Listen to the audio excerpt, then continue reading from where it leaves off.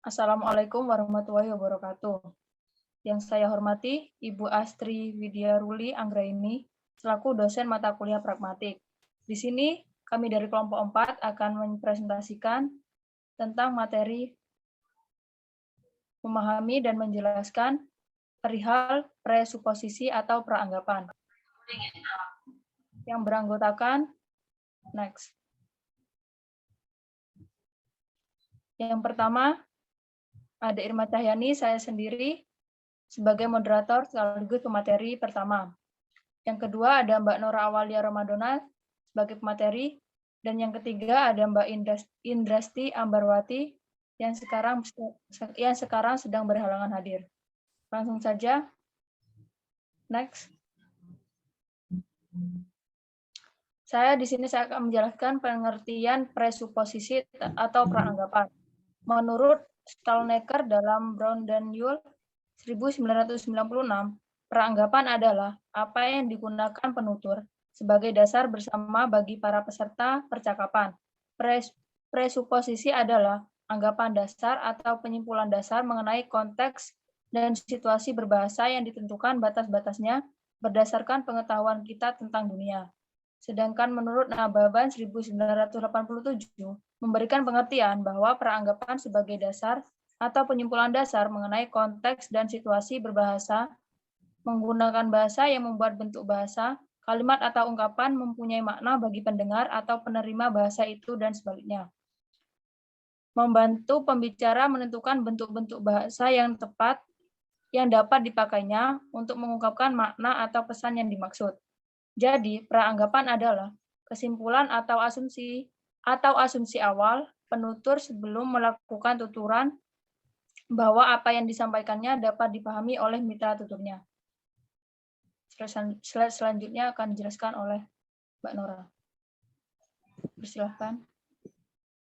Selanjutnya adalah jenis-jenis presuposisi atau peranggapan.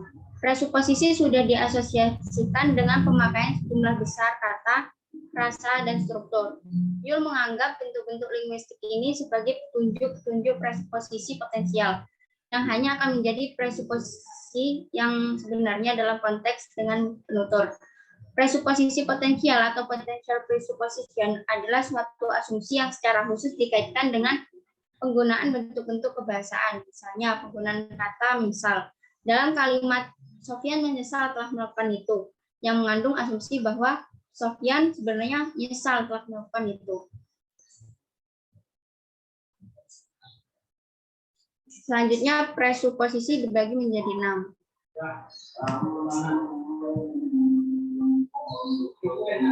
Yakni yang pertama, peranggapan eksistensial.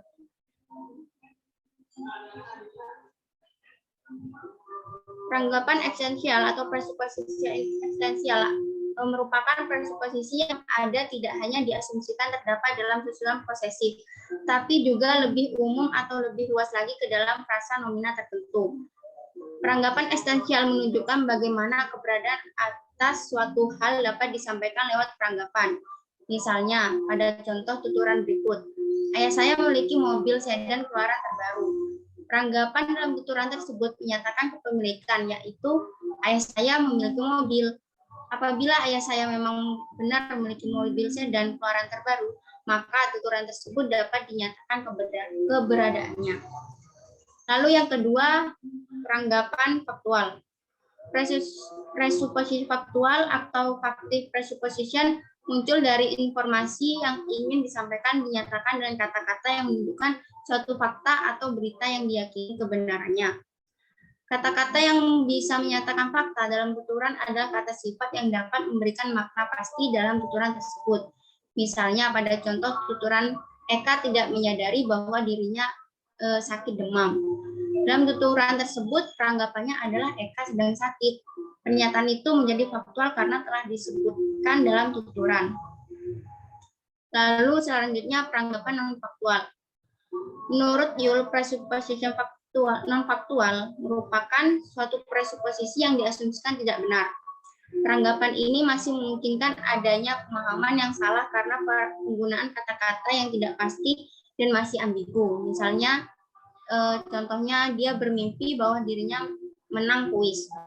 Peranggapan yang muncul dari tuturan tersebut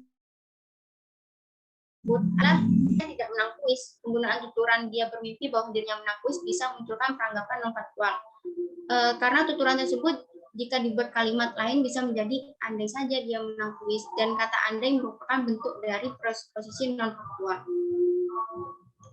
Lalu selanjutnya yang keempat adalah peranggapan leksikal. Peranggapan ini merupakan peranggapan yang didapat melalui tuturan yang diinterpretasikan melalui penegasan dalam tuturan. Bedanya dengan presuposisi faktual, tuturan yang merupakan presuposisi leksikal dinyatakan dengan cara tersirat, sehingga penegasan atas peranggapan tuturan tersebut bisa didapat setelah pernyataan dari tuturan tersebut. Misalnya, Pak Sugeng berhenti bekerja. Tuturan Pak Sugeng berhenti bekerja yang menyatakan bahwa dulu Pak Sugeng pernah bekerja, namun sekarang sudah tidak lagi. Lalu yang kelima, peranggapan struktural. Peranggapan struktural merupakan peranggapan yang dinyatakan melalui tuturan yang strukturnya jelas dan langsung dipahami tanpa melihat kata-kata yang digunakan. Misalnya, silakan mencoba produk kecantikan tersebut. Selain itu, terdapat makna mengapa dalam tuturan silakan mencoba produk kecantikan tersebut yang bisa saja mengandung makna bahwa jika mencoba produk kecantikan tersebut, kulit akan menjadi lebih cantik, putih, dan lain sebagainya. Yang selanjutnya adalah peranggapan kontrafaktual. Presupposisi kontrafaktual adalah peranggapan yang menghasilkan pemahaman yang berkebalikan dari pernyataan atau kontradiktif. Misalnya pada contoh, andaikan aku kaya, pasti akan membeli rumah yang besar. Dari contoh tersebut dapat dilihat peranggapan yang muncul adalah sekarang saya miskin. Peranggapan tersebut muncul dari kontradiksi kalimat dengan adanya penggunaan tuturan andaikan aku kaya. Penggunaan kata andaikan tersebut membuat peranggapan yang kontradiktif dari tuturan yang disampaikan. Sekian, terima kasih. Saya kembalikan ke moderator. Selanjutnya yaitu next.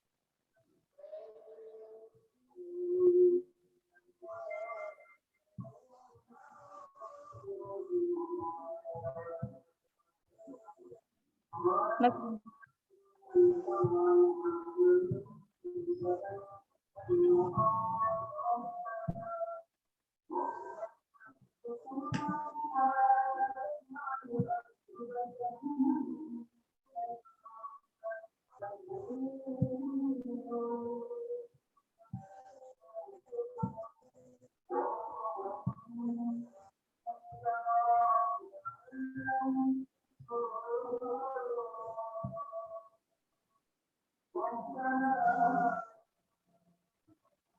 Yaitu bentuk yang terakhir yaitu bentuk preposisi atau peranggapan. Peranggapan terdiri dari dua bentuk, yaitu yang pertama peranggapan semantik. Peranggapan semantik adalah peranggapan yang dapat ditarik dari pernyataan atau kalimat melalui leksikon atau kosakatanya. Contoh, Bu Lucy tidak jadi berangkat kuliah, anak bungsunya demam. Dari kata-kata yang ada dalam pernyataan itu dapat ditarik peranggapan sebagai berikut. Bu Lucy seharusnya berangkat kuliah. Dan yang satunya, Bu Lucy mempunyai beberapa anak. Yang kedua yaitu peranggapan pragmatik. Peranggapan pragmatik adalah anggapan yang ditarik berdasarkan konteks suatu kalimat atau pernyataan itu diucapkan. Konteks ini dapat berupa situasi, pembicara, lokasi, dan lain-lain. Contohnya, harganya murah sekali. Sebagai jawaban pertanyaan, berapa harganya? Peranggapan tak dapat kita berikan kalau konteksnya itu tidak diketahui, karena mungkin kata murah itu berarti mahal sekali. Peranggapan adalah sesuatu yang dijadikan oleh pembicara sebagai dasar pembicaraan. Untuk melihat perbedaan antara peranggapan semantik dengan peranggapan pragmatik, dapat dilihat dari contoh berikut. Suatu hari Pak Izhar bertamu ke rumah Pak Muntazir. Keduanya bercakap-cakap sambil merokok dan minum kopi. Ketika sudah habis sebatang rokok, Pak Izhar memegang kotak tempat rokok Pak Muntazir dan sambil mengamati kotak kayu yang sudah kosong itu. Lalu berkata, Pak Izhar, alangkah bagus kotak rokok ini. Di mana Pak Muntazir beli? Sambil mencabut dompet yang kempes dari kantongnya, Pak Muntazir berkata, kotak itu kubeli bersama dompet ini tempo hari. Pak Izar. Oh, peranggapan semantik. Kalimat Pak Izar itu adalah, Pak Muntazir telah membeli sebuah kotak rokok yang bagus. Namun secara pragmatik, peranggapan itu tidaklah demikian. Peranggapan yang telah ditentukan oleh konteks itu adalah sebagai berikut. Yang pertama, sebenarnya Pak Izar ingin merokok lagi, tetapi rokok itu sudah habis. Terlihat dari kotak rokok yang sudah kosong. Yang kedua, sebenarnya Pak Izar ingin minta rokok. Jadi peranggapannya adalah Pak Izar meminta sesuatu, dan yang kedua Pak Izar mengatakan sesuatu. Pak Muntazir yang paham akan kalimat Pak Izar tidak menjawab di mana kotak rokok itu dibelinya, tetapi menunjukkan isi dompetnya yang lagi kempes, yang berarti lagi tak punya uang. Jadi peranggapannya adalah Pak Muntazir mengatakan tentang uang. Dari uraian contoh tersebut jelas bahwa sangat berbeda antara peranggapan semantik dan peranggapan pragmatik. Demikian presentasi dari kelompok kami. Kurang lebihnya mohon maaf. Wassalamualaikum warahmatullahi wabarakatuh.